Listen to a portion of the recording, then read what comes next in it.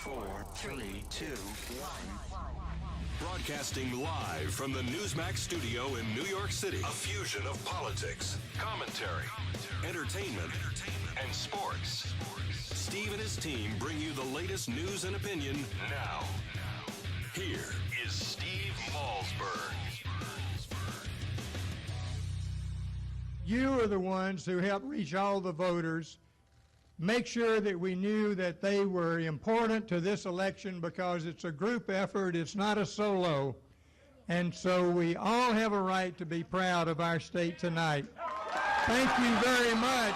Thank you for this wonderful honor and wonderful challenge that lies ahead. Thank you very, very much.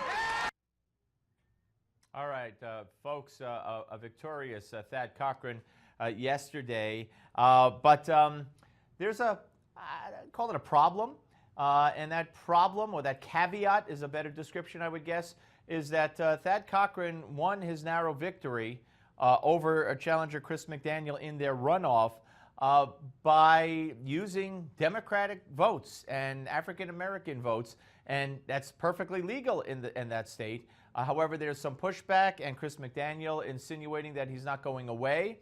He's expected to speak a little bit later on and talk about future plans, which might include some kind of challenge to the results or to Thad Cochran. We're going to have to wait and see. Plus, there's the flyer that was passed around. I don't know who passed it around, but our friend John Fund put it up on National Review. The Tea Party intends to prevent blacks from voting on Tuesday, and they went on to basically describe Thad Cochran as a champion of civil rights, and Chris McDaniel, let's put it this way, not a champion of civil rights. So we'll see where this all leads. But right now, before we get here to Congressman Mike Kelly, let's all watch this. I want to know why you didn't tell us you had lost some of her emails, because that's what we care about. Can I give you the answer? Sure. All right. Our program was to complete the production of all Lois Lerner emails, complete the review of all custodians, and but it's provide kind of important, Mr. Commissioner, to tell us when you lost emails for the person that we're focused on. Don't you think? Let me ask you this. Let me ask you a more important question. Did you tell the Justice Department? No. Why not? There's a criminal investigation going on. Don't you think that's a pertinent fact that they'd like to know? We have no evidence that there's any criminal violation involved. I didn't ask you that. There's a criminal. The President of the United States said on May 15th, we got to get to the bottom of this. The Attorney General said, we're going to do everything we can to find out what happened here. And you have information. You still have you talked to the FBI at all? I have never talked to the FBI about it. All right, folks. I mean, I could have picked from any one of a number of video clips to present in advance here of the Congressman joining us. And Congressman Mike Kelly, welcome back, sir. Thank you, Steve. Great to be with you, and thanks for covering this the way you are. It's very important to the American people. You know, people try to politicize it, say it's a Democrat or Republican issue. This is not. This is an American issue that goes deep into the the depths of everything that we believe in. And when you start messing with people's constitutional rights, when you start violating those rights, if that's really party-related, then there's a problem. It is an American issue. We've got to get this fixed. Well, I think the partisanship we've seen has come from the members of the committees where the testimony has been given. They've rushed to this commissioner's defense, accused Republicans of doing all kinds of things to cause Lois Lerner's emails to go bye-bye. But there's a Fox News poll out today, sir, which you're probably aware of, that shows only 12% believe that there's nothing here. An overwhelming 70% or so think that there's some monkey business going on here and it should be further investigated. Absolutely, and I think we feel the same way. It has been disappointing to sit in these hearings, and when some of my friends on the other side, all they're fixated on is, listen, you're being too hard on this man. Now, we sat through Miller, we sat through Werfel, and now we've sat through Koskinen. Everybody says the same thing. They don't give any direct answers. They don't give you any idea of timelines of when they knew these things. Now, Commissioner Koskinen, I sat with him an hour before last week, before we had our hearing. He agreed with me. It's almost irreparable damage to this agency. I also asked him, I said, well, listen, the big problem, Commissioner, is you've got to be able to come clean with the American people. Not so much with me because I'm sitting here in front of you, but with the American people, you've got to let us know. And this idea that you waited to let us know that these emails were lost and you buried it in a report, that just adds to the problem, and it widens the gap between what's believable and what's not believable, and what we're going to accept as a truthful answer and what we're going to say, listen, you're just running out the clock. Now, my friends on the other side, I have absolutely no idea what the heck oath they took It is not to protect the IRS. Everything in this government is dedicated to taking care of private citizens. It is about the people. It has always been about the people. And when you get that confused, you really ought to retire and go home and forget about it because you can't see objective to your job anymore. Go home. Go home. Don't stay here and do this.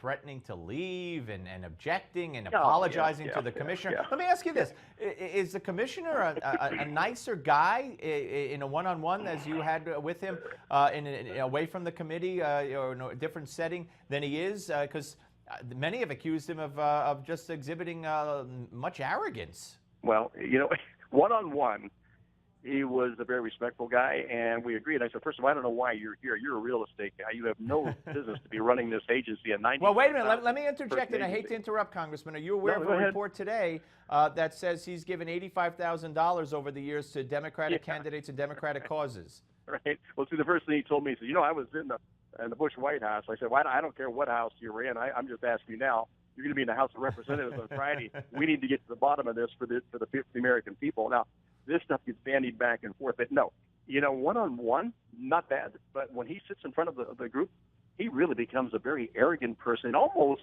one of these guys that's taunting you to say, oh, well, yeah, I mean, what do you say about his law? I was a lawyer, but I gave it up for Lent, and I never went back. You know what? Come on, give me a break. The American people right now are outraged, and they need to stay outraged. And what you're doing right now, Steve, the more we learn, the more we know what happened. And the more we know what happened, we can prevent it from ever happening again. And I think the American people look at this now and said, how could we have been so asleep for so long and allow these people to get away with this? I have had so many people come before me and say, this is what happened to me. Listen to this, listen to that. The stories are endless. This is the second largest law enforcement agency we have in our government, and to think that they play by different rules than the rest of us? Come on. If we're truly a nation of laws and that nobody is above the law, then what is going on right now? The arrogance of this administration, and this takes in Mr. Koskinen now, when they think they can sit back and just tell the American people, we're thumbing our nose at you, we're saying, you know what? You can't do a damn thing to us. We'll continue on this. And the Department of Justice needs to jump in. I don't know that we're going to see it with a guy like Eric Holder because they have already demonstrated their lack of commitment to our way of life and our rule of law. So we're going to continue to be outraged. The Speaker talked today about suing the president. We are going to look at different avenues that we can take right now. But really, the model only works when the people are engaged. And I mean the people of this great country. We have to stay engaged. We have to stay white hot in this. And we can't stop until we get to the bottom of this. And we have to make sure that people just don't get fired. These people deserve to be in jail. Well, I want to, first of all, I want to throw it back at you, not to make this a mutual admiration society, but it's because of people like you. I mean, I could talk till I'm blue in the face. You're the people who are asking the questions, who are taking the commissioner and others to task and holding them accountable as much as you can. And I want to get to Boehner in just a second, but let me ask you this. We had one of your colleagues on yesterday who said that the only way we're going to get to the bottom of this is to grant Lois Lerner immunity. Now, I know that she wanted some preconditions for that. I mean, you need to know what she's willing to say, I guess, before you guys grant her immunity. But is that an avenue you're willing to go down? Listen, in my background, I'm an automobile dealer. When you sit down with a customer, you never, ever agree to anything until you find out at what price will they buy. You got to know from her, what is it that you have that you're willing to tell us before we talk about granting you immunity? Just to give her generally, just say, okay, we're going to we'll do that. Now you can tell us your story.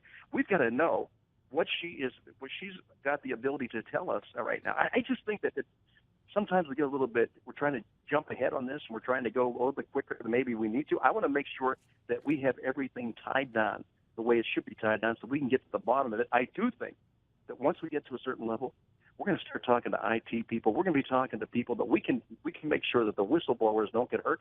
And I think we'll start to see the information starting to get a free flow of it, and we'll get to the bottom of it. You can get these emails. I mean, you're convinced you can get these emails. That's question A. Part B is the archivist said he wouldn't say they broke the law, the IRS, but he did say they didn't follow the law. And you're not a lawyer, neither am I, but that sounds to me like they broke the law. So, A, do you think you could get to these emails? Can they disappear from the face of the earth? And B, what's the repercussions for the IRS not following the law? Listen, one of the things that I know, and I've been told this for a long time, be careful what you do in emails because it has a longer life than toxic waste. It's about the servers. Listen, they're banking on the idea that the American people and Congress is stupid. And if they can feed them some line and it's going to be accepted, we know, listen, This is impossible what they're saying. It can't happen that way. The other side is, what do you mean we just didn't exactly follow the law? Yeah, how about you and I try to do that in front of an IRS group? Because, you know what, we weren't exactly sure. And all the records you wanted to ask me about, kind of lost them. My hard drive crashed. So, hey, you know what? The numbers I'm going to give you those are the numbers you're going to have to believe. They would have us shackled so quick. We can take your home, take your car, take your business, take your bank account, and we have to sit back and take their, I don't want to use the term on the air. Anyways, listen, it can all be retrieved. There's nobody out there that says it can't be retrieved. We get to the IT people, find out what it is they know, and let them know. You know what? When they talk to us, there's some things that they have to come clean on. They have to tell the truth. They cannot lie to Congress, and that there's consequences for not telling the truth. They have to know that, and they have to know they just can't come in and continue to try and blow some smoke at us, and we'll just walk away. We've got to get to the bottom of it. We've got to hold their feet to the fire and make them the heroes in this. By the way, these people in the IT, these people can be heroes for the country. They can be true patriots. Yep. All right. Now, Reince Priebus told me yesterday that he'd like to see the GOP take advantage of this and propose and try to institute radical reform of the IRS, or even abolishing the IRS. Is this the time? Is the time ripe right now for doing something like that? I think the time is ripe for us to take a look at an agency that's really become running roughshod over people. You have to have an IRS. We have to have a way to collect revenue in order to run our government. That's just a given, okay? Now, when we look at the tactics they use, and we look at the way they've been able to twist arms over the years, I think it's time to look at that and say, can we actually be this abusive with everyday citizens? Is everybody guilty until proven innocent? Right. I hate to interrupt, but I don't want to miss this. That's okay. Reince Priebus said, how about turning the burden of proof around? Instead of the IRS putting it upon the taxpayer, how about the IRS has the burden of proof? Well, I mean, listen, I would agree with that. Here's what I agree. Listen, we're a nation of laws, and nobody's above the laws. I don't care if you're the average citizen out there or you're the IRS. You have to play by the same rules. So I think, we can get real stirred up about this and start to say things that we should do this or do that right now. What we need to do is turn to who we are, and that's a nation that is governed by a rule of laws. And again, as I repeated earlier, listen, there's nobody above the law. That's all we're asking. We don't have to get radical. We just have to get back to our basics. Yeah. Well, listen, Congressman, keep it up, because a majority of the people they want this rectified, and I think Congressman Ryan, there were so many great sound bites and videos to choose from. Congressman Ryan, I think, brought it home, and this is the reason why the poll shows what the poll shows. You may agree, and that is that everybody, you've either dealt with the IRS and sending in your taxes and you've never had a problem, or you've been audited, or you have to save 7 years worth of receipts and taxes, and then to hear the commissioner say what he said, I think that's what resonates. And Paul Ryan brought that home, and I think that's why this is resonating with the American people. I agree with you. The arrogance that we saw, it goes off the charts. And again, if we are who we say we are, we are the greatest country the world has ever known, and come on, we can't accept this type of behavior. And if we sit back and let it happen to us, gotcha. Shame on us. Congressman, thank you so much for all your time. Appreciate it. Thanks, Steve. Keep up the good work. Thank you. You too, sir. Appreciate that. Right. Congressman Mike Kelly, ladies and gentlemen, here on the Steve Malzberg Show. They're going to get to the bottom of this, and emails do not disappear. They just don't. Anyway, up next, right here, if you keep it where it is, I've never said that before. Katie Kiefer, town hall columnist and author of Let Me Be Clear, coming up next on the Steve Malzberg Show, only on Newsmax Television.